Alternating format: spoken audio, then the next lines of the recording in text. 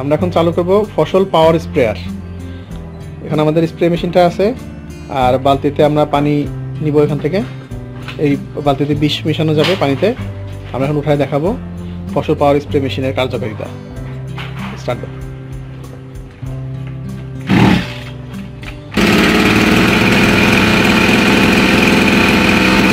এখন একটু প্রথমে পাওয়ার একদম কম থাকবে, তারপর আস্তে আস্তে বাড়ায় দিব আমরা পাওয়ার। মাঝামাঝি গেলে পানি ওঠা শুরু করবে। আসো, আমরা এখন যাচ্ছি স্প্রে করতে। এই পাইপ আছে, পাইপ দিয়ে নিয়ে যাওয়া যাবে অনেক দূর। আমাদের এখানে আমিরুল আছে, আমরা স্প্রে করবো এখন নারকেল গাছে।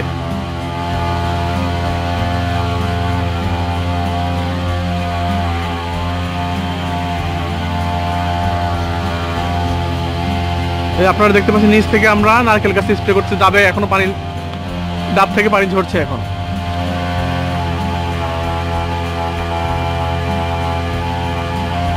নিচ থেকে দাঁড়িয়ে এটা ডাব গাছ পর্যন্ত উঠানো সম্ভব। এই ডাব গাছ কম করে হলে 25 ফিট উঁচু আছে। 25 ফিট হবে না আমিরুল? নিচে ধরো তো, সামনাসামনি ধরো তো, নিচে এই বরাবর ধরো।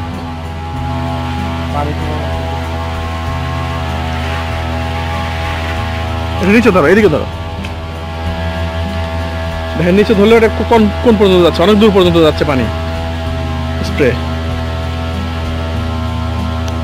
এটা হলো আমাদের ফসল পাওয়ার স্প্রেয়ার। আর এই হাতলের নিচে ক্যাপাসিটি আছে, এখানে ধরলে চাপ দিলে এটা কমানো বা বাড়ানো যাবে।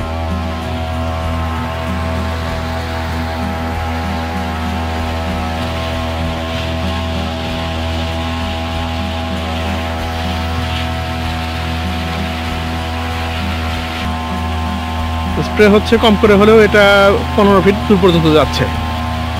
10 থেকে 12 ফিট দূর পর্যন্ত যাচ্ছে এই স্প্রের মাধ্যমে।